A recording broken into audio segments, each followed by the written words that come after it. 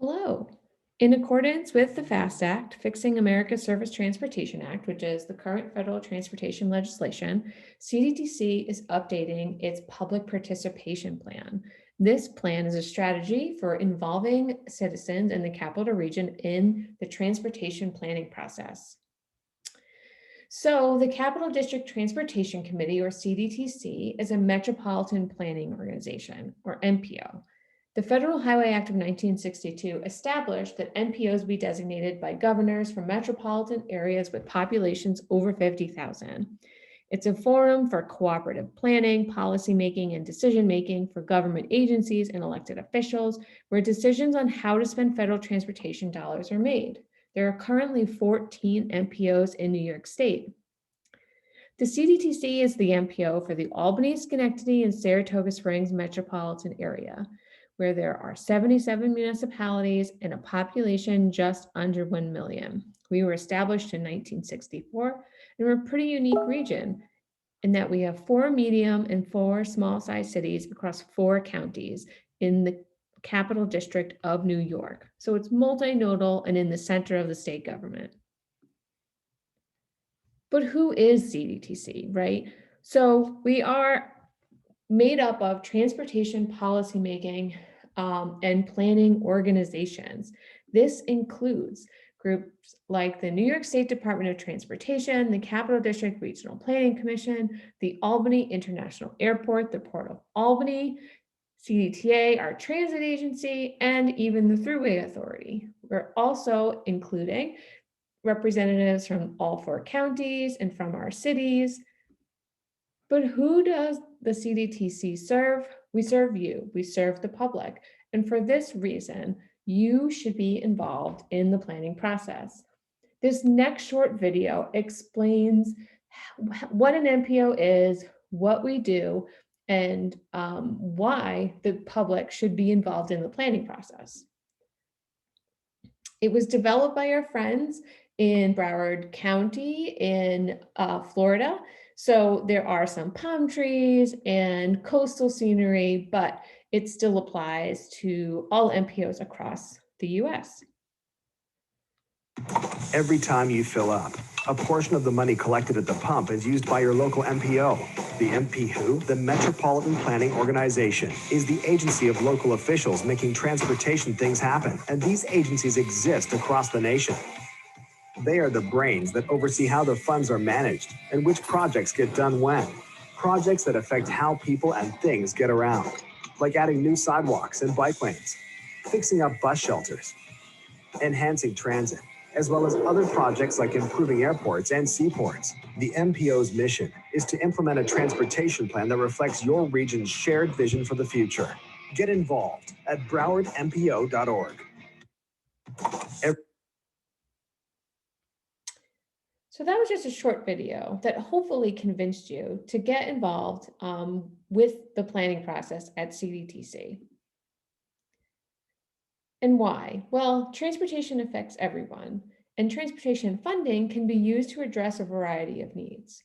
We need good roads and bridges to drive on, reliable buses to ride on, and more sidewalks, trails, and bike lanes to walk or bike to access local amenities and to provide affordable transportation options for everyone. CDTC proposes principles and goals for continuing to develop a multimodal system that acknowledges all the ways a transportation system impacts your daily life. Historically, there has been regional consensus for many of these strategies and principles. Your participation in the metropolitan planning process is important to CDTC, so we can continue to understand how you move around the region and continue to make sure that we are serving everyone's mobility needs. So like we said, the region is very unique. We have a multinodal area with a number of cities, but we also have a number of very unique towns and villages. And we're all connected by a series of highways and arterials, but also an economy. We're situated at the crossroads of 2 major interstates and 2 rivers. There are diverse communities from vibrant rural centers to rural agricultural lands and villages. We're not just a place that people live, but also an attractive destination to visitors because we have a great number of social, cultural, and recreational opportunities here. And of course, we're home to the state capital, so we enjoy a stable economy bolstered by the large state government workforce, as well as a number of colleges and universities, and several large medical institutions.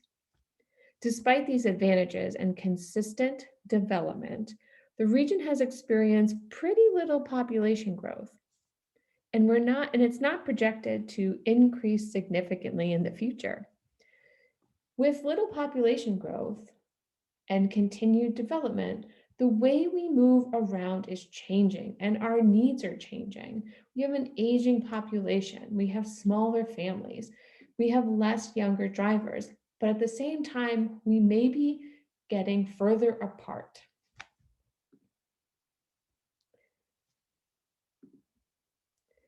CDTC uses data and information like census and travel surveys and other information to give us a pretty good idea of how people and goods move around the region, but they don't tell the whole story. We want to know not just about your daily work commute, but about all the different kinds of trips you take all day and all year long and how you take them, or how you'd like to be able to take them.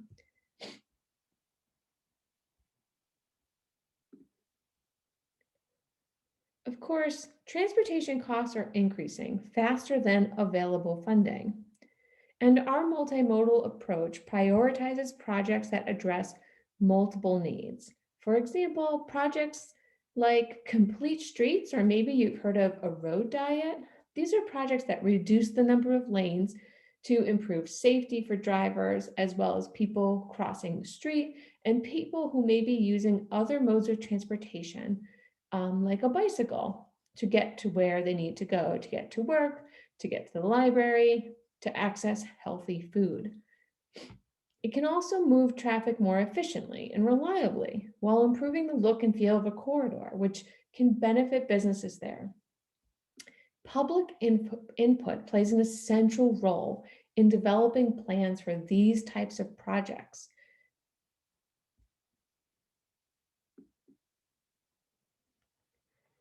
And just some examples of the large, regionally significant projects that have been funded through the federal transportation process are included here.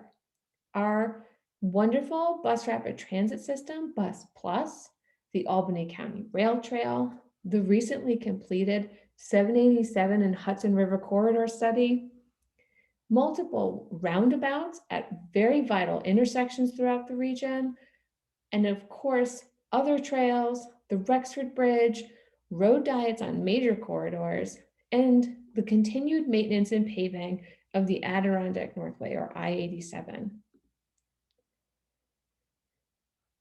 So how does CDTC engage with the public? Well, ongoing activities include our committee meetings. Committees, we have a planning committee and a policy board that meet regularly, but we also have advisory committees, and all these meetings are open to the public and the information is shared on our website. We've also updated our website to be more interactive and more informative, and hopefully more interesting for you to look at and find information. Of course, public meetings, presentations, and community events are where we really get to meet with you in person and get your opinion on different plans and projects and initiatives. Right now with COVID-19, we're limited in our in-person engagement, but we're really looking forward to getting back to these. Our newsletter In Motion is released quarterly and provides an update on the different projects and tasks that CDTC staff are working on, as well as what's going on in the region related to the transportation system. And of course, you can find us on social media, where we do our best to share information and content regularly. So, the updated public participation plan proposes a purpose, goals, objectives to engaging with the public. The purpose of the plan is to create a seamless and integrated process of communicating with the public on transportation planning initiatives and providing continuous opportunities for the public to provide feedback. So not just on a project basis or plan basis, but continually engaging with the public, continually reaching out and asking how the transportation system is working for you. What's in the draft public participation plan? Well, there's a number of parts. Of course, there's an explanation to what the plan is and why we're doing it, the purpose of the plan, what CDTC strategy is. But something that's interesting and we would like to share with everyone is our public participation toolkit, which outlines a number of strategies for engaging with the public in different ways. It also explains all of the different opportunities to interact with CDTC, as well as CDTC's major products and public participation opportunities. At the bottom of the slide is the link to the draft plan, but you can find the draft plan on our website. You can search for it or look in the news section. So what is our strategy, right? So our goal is to establish a thorough, inclusive process that uses creative approaches to offer the public continuous opportunities to shape the region's transportation system. We also intend to measure our progress. So not just the quantity of public engagement, the number of events, the number of press releases, the number of meetings we hold, but also the quality. Who are we reaching? Are we accessible? Are we user-friendly? And we don't know these things unless you tell us. To develop and strategize public participation through an equity lens, to improve planning, decision-making, and resource allocation. CDTC does not just look at equity as a step in the process, but we really integrate it into the entire planning and public participation process. The last public participation plan was updated in 2015. So some of the notable changes from then, again, are prioritizing equity in the development of scope, and not just as a separate required assessment, more defined goals, and the public participation toolkit.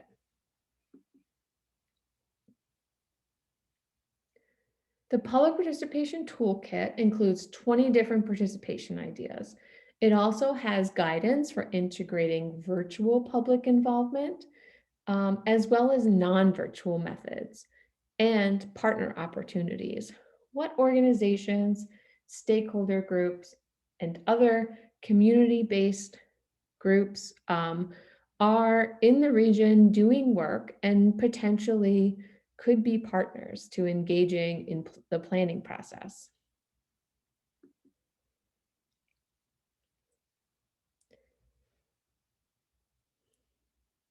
So how does CDTC work to expand their reach to those who may not always be reached?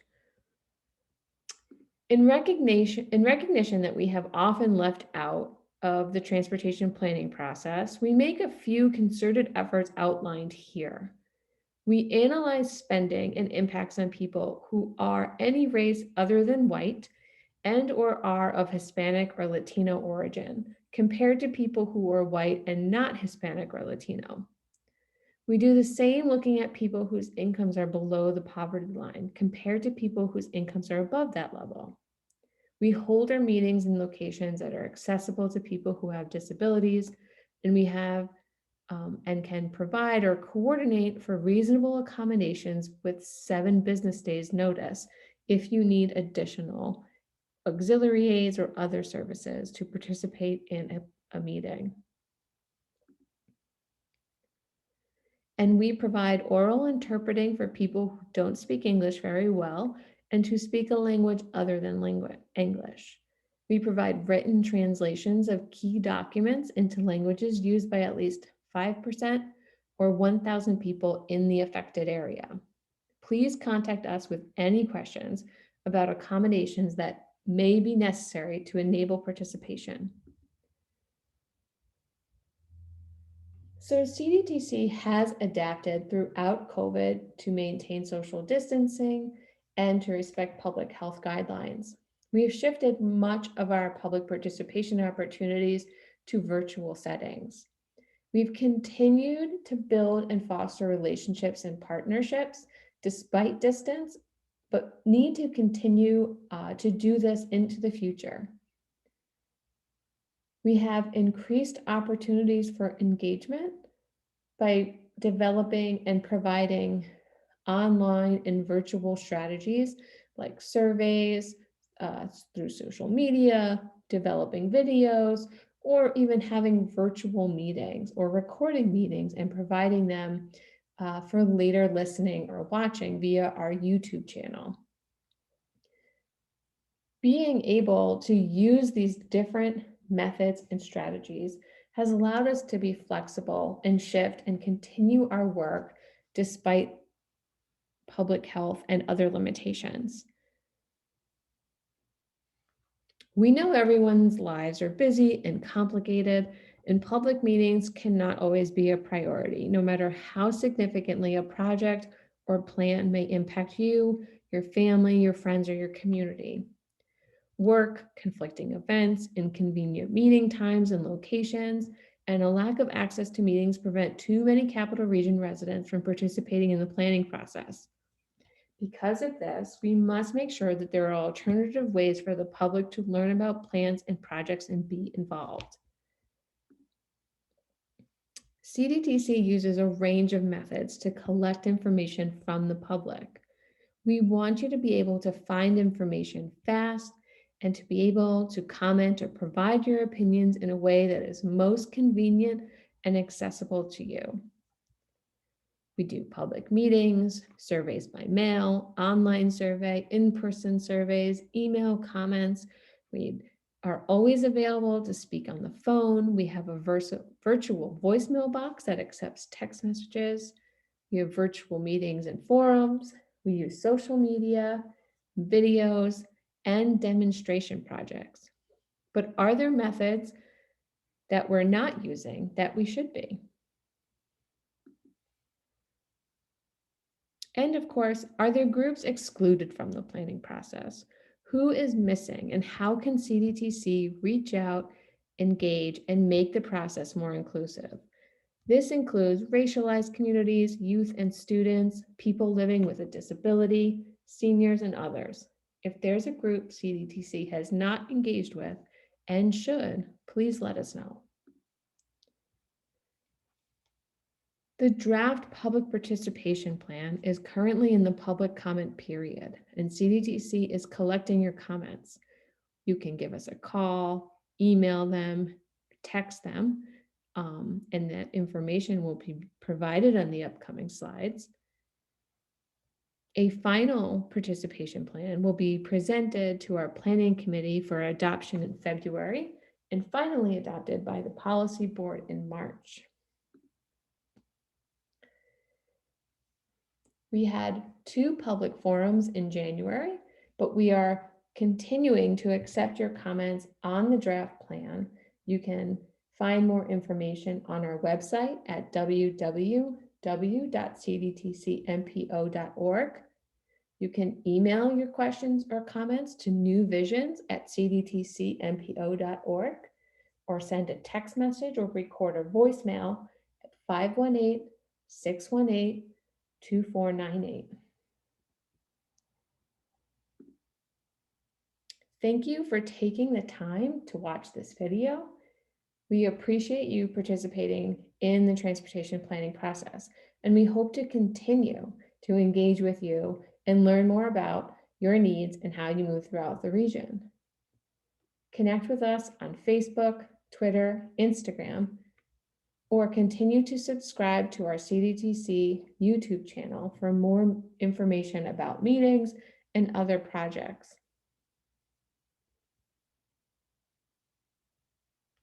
Thank you.